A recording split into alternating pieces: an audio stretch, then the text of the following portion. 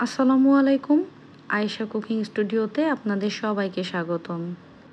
আজকে আমি যে রেসিপিটা শেয়ার করব সেটা হলো করম চার আচার। মোটামুটি সবাই করম চা কিন্তু পছন্দ করে, আর এই করম চার আচারটা কিন্তু ভীষণ মজার হয়। চলুন দেখে আসি কিভাবে আচারটা তৈরি করতে হবে।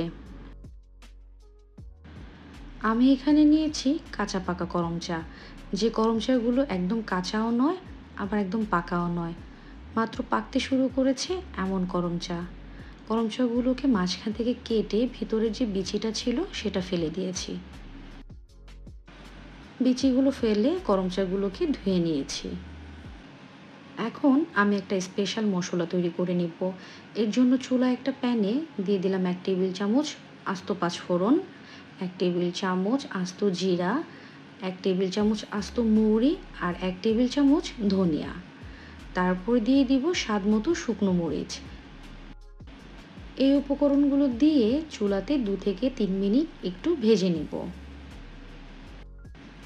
গোটা মশলাগুলো ভাজা হয়ে গেছে। এখন মশলাগুলোকে গুঁড়ো করে একটা সাইডে রেখে দেব।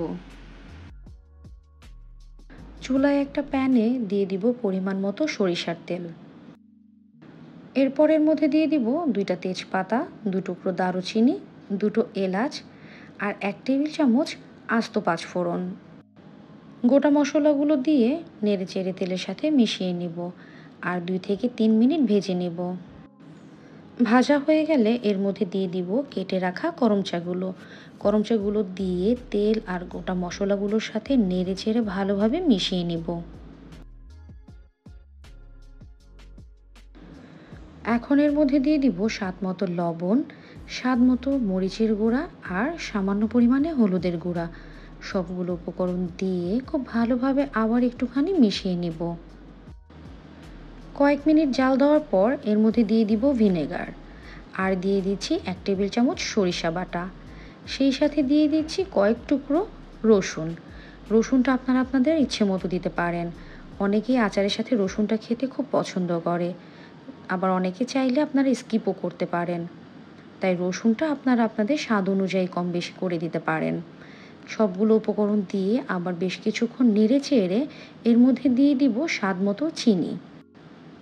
চিনিটা দিয়ে আবার ভালোভাবে নেড়েচেড়ে মিশিয়ে নিতে হবে।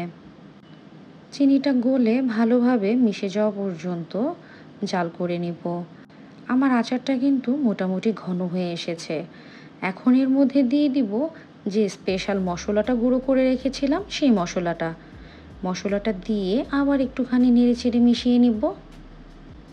আমি কিন্তু অফ ক্যামেরায় চেক করে নিয়েছি, আমার করমচাগুলো কিন্তু একদম সিদ্ধ হয়ে নরম হয়ে গেছে।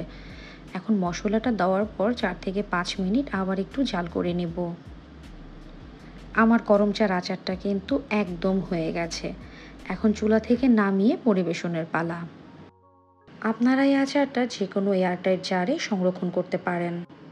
আপনারা দেখতেই পেলেন কিভাবে কত অল্প সময়ে খুব সহজে করম চার এই আচারটা তৈরি হয়ে গেল।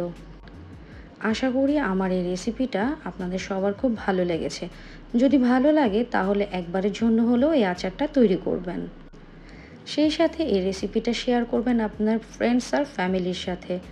আজকের মতো এখানেই বিদায় নিচ্ছি। সবাই আপনারা খুব ভালো থাকবেন। আল্লাহ হাফেজ।